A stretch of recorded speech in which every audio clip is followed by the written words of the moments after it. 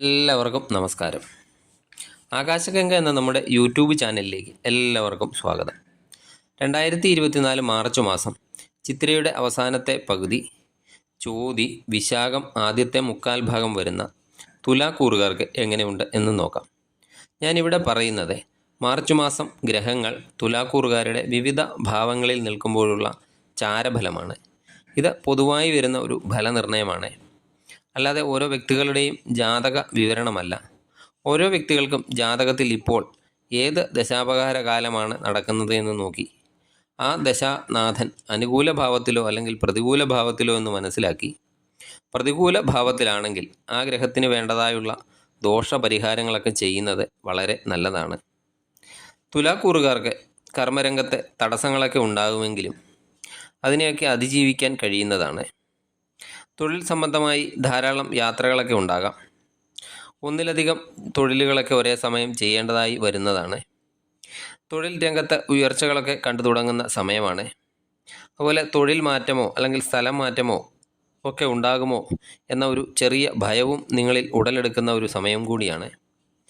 മാസത്തിൻ്റെ പകുതിക്കൊക്കെ ശേഷം ഉദ്യോഗത്തിലൊക്കെ സ്ഥാനമാനങ്ങളൊക്കെ ലഭിക്കുന്നതാണ്. അതുപോലെ കൂടെ ജോലി ചെയ്യുന്നവരുമായി ഇടപെടുമ്പോഴും അതുപോലെ മേലുദ്യോഗസ്ഥരോടൊക്കെയുള്ള പെരുമാറ്റവും ഒക്കെ അല്പം ആലോചിച്ച് ചെയ്യേണ്ടതാണ്. ഈ കാര്യത്തിലൊക്കെ വളരെ ശ്രദ്ധ വേണം.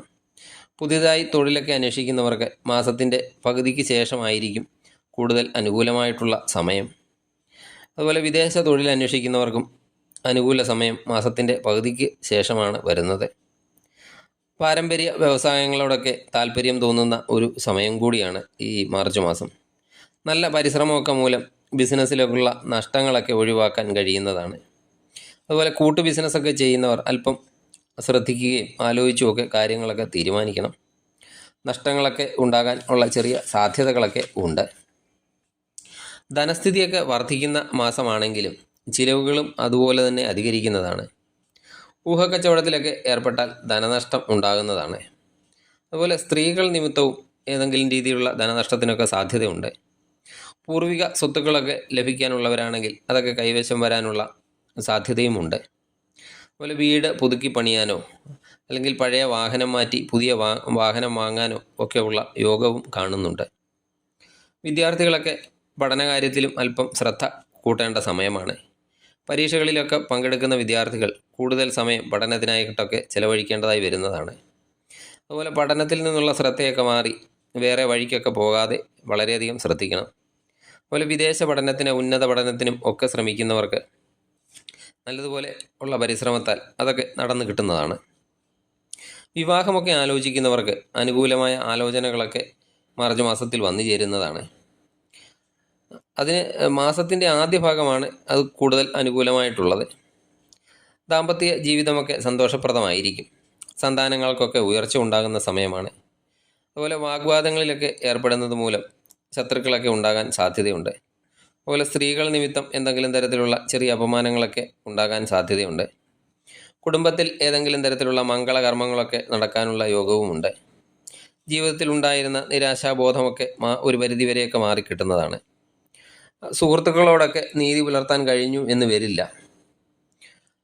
അതുപോലെ ദാമ്പത്യ ജീവിതത്തിൽ അനുഭവപ്പെട്ടിരുന്ന അനിശ്ചിതത്വം, നേരത്തെയൊക്കെ അനിശ്ചിതത്വമൊക്കെ ഉണ്ടായിരുന്നവരാണെങ്കിൽ അവർക്ക് അതൊക്കെ മാറിക്കിട്ടുന്നതാണ്.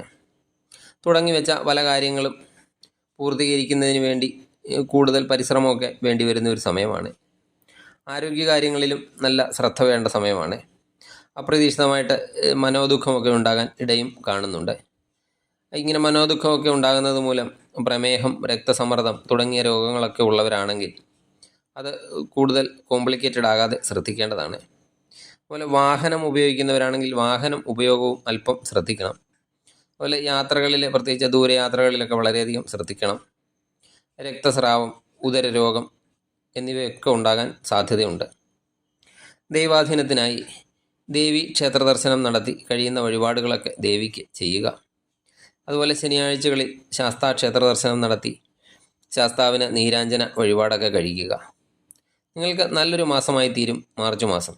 നന്ദി, നമസ്കാരം.